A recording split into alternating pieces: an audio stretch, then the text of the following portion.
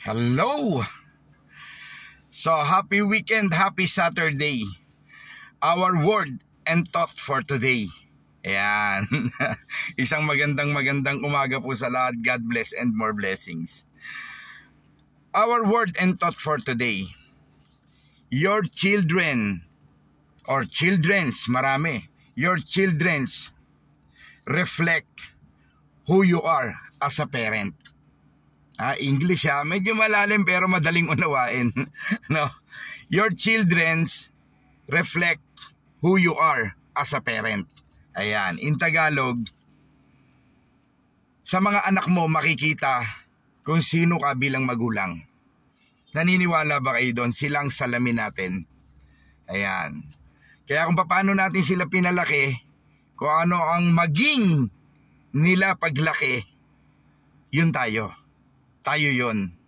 Naniniwala ba kayo sa kasabihang kahit na anong mangyari sa mga anak, maging maganda man ang kinabukasan o hindi, magulang ang sisisihin. Yan. Pero hindi naman natin nilalahat pero totoo yun. No? Your children's reflect who you are as a parent, bilang magulang. 'Di ba? Kung anong naging ng mga anak mo o ng pamilya mo, ikaw yon.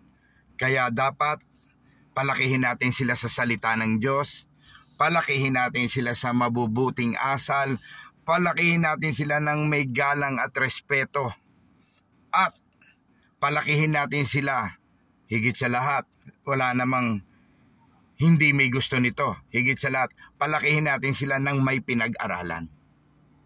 'Di ba? Gagawin natin ang lahat. Kasi Hoda, magdildil tayo ng asin. Makapagtapos lang sila ng pag-aaral.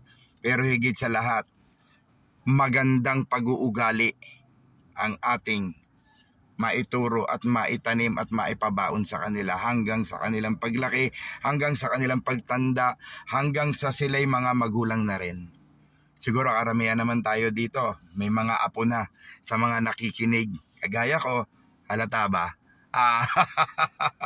May apo na ba? Ayan, actually, 4 na apo ko. 4 na. So, yan ang ating word and thought for today. Napakasimple. Your children's reflect who you are as a parent. Tandaan natin, kung anong nakikita sa mga anak natin, kung ano ang mga anak natin, yun tayo. Kaya, bigyan natin sila ng magandang kinabukasan.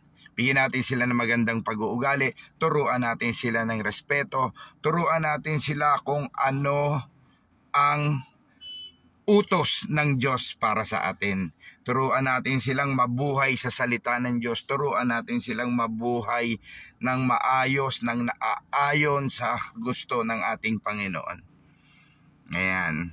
So kung magandang kinabukasan nila ngayon, ikaw yun.